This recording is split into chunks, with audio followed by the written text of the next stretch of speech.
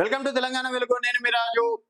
దసరాకి కాంగ్రెస్ సర్కార్ ఇందిరమ్మ చీరలు దాదాపుగా ఒక్కొక్కరికి 2 చీరలు ఇస్తామని చెప్పేసి ఇప్పటికే కాంగ్రెస్ నేతలు కావచ్చు, రాష్ట్ర ప్రభుత్వం కూడా తెలపడం అనేది జరిగింది.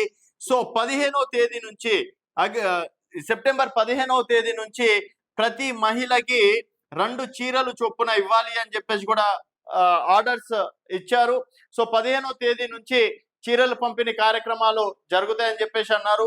అలాగే ఒక్కొక్క చీర 800 రూపాయలు. గతంలో కేసీఆర్ ప్రభుత్వంలో ఉన్నప్పుడు చాలా మంది చీరలని మసిగుడ్డుగా వాడుకున్నారు. అలాగే ఇలాంటి చీరల మేము కట్టేదని చెప్పేసి కొంతమంది మహిళలు ఆ చీరలని ఒక దగ్గర చేసి తగలబెట్టి బతుకమ్మ ఆడినటువంటి పరిస్థితి చూసినాం. తర్వాత ఈ చీరలు మాకు వద్దు అని చెప్పేసి రోడ్ల మీద విసిరేసినటువంటి పరిస్థితి చూసినాం. సో తర్వాత రేవంత్ సర్కార్ దసరాకు సంబంధించి కేసీఆర్ చీరల పైన కూడా అప్పుడు బతుకమ్మ చీరల పైన కూడా కామెంట్ చేయడం అనేది జరిగింది. తర్వాత మరి కాంగ్రెస్ ప్రభుత్వం వచ్చి ఇప్పటికీ 22 నెలలు అవుతుంది. సో 22 నెలల్లో మొదటి దసరాకి చూసుకున్నట్టయితే ఒక్క చీర కూడా ఇవ్వనటువంటి పరిస్థితి.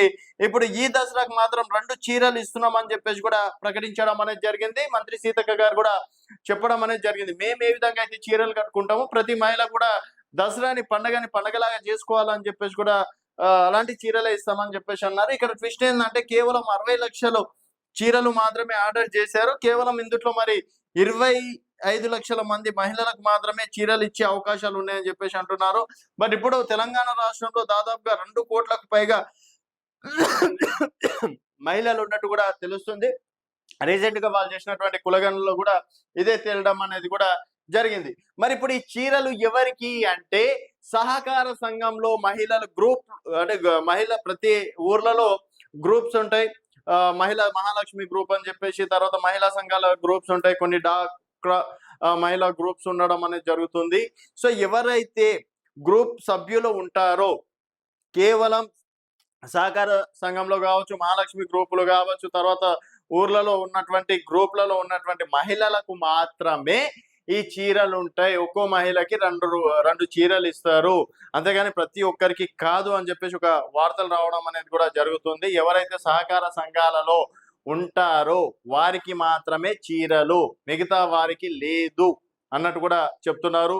సో గతంలో కేసీఆర్ ఉన్నప్పుడు ప్రతి మహిళకి చీర ఇవ్వడం అనేది జరిగింది. మరి ఇప్పుడు సర్కార్ వచ్చేసి కేవలం సహకార సంఘాల్లో ఉండేటువంటి మహిళలకు మాత్రమే చీరలు ఇచ్చే అవకాశాలు ఉన్నాయి. అలాగే తెల్ల రేషన్ కార్డులో ఉన్న వారికి మాత్రమే చీరలు ఇచ్చే అవకాశాలు ఉన్నాయి, మిగతా వారికి మాత్రం చీరలు ఇవ్వకపోవచ్చు అని చెప్పేసి కూడా చెప్తున్నారు. సో ఇప్పటికీ దాదాపుగా 60 లక్షల చీరలకు సంబంధించి చేనేత కుటుంబాలకు కూడా చీరలు ఆర్డర్ చేశారు. 15వ తేదీ నుంచి ఈ చీరల పంపిణీ కార్యక్రమం అనేది ఉంటుంది.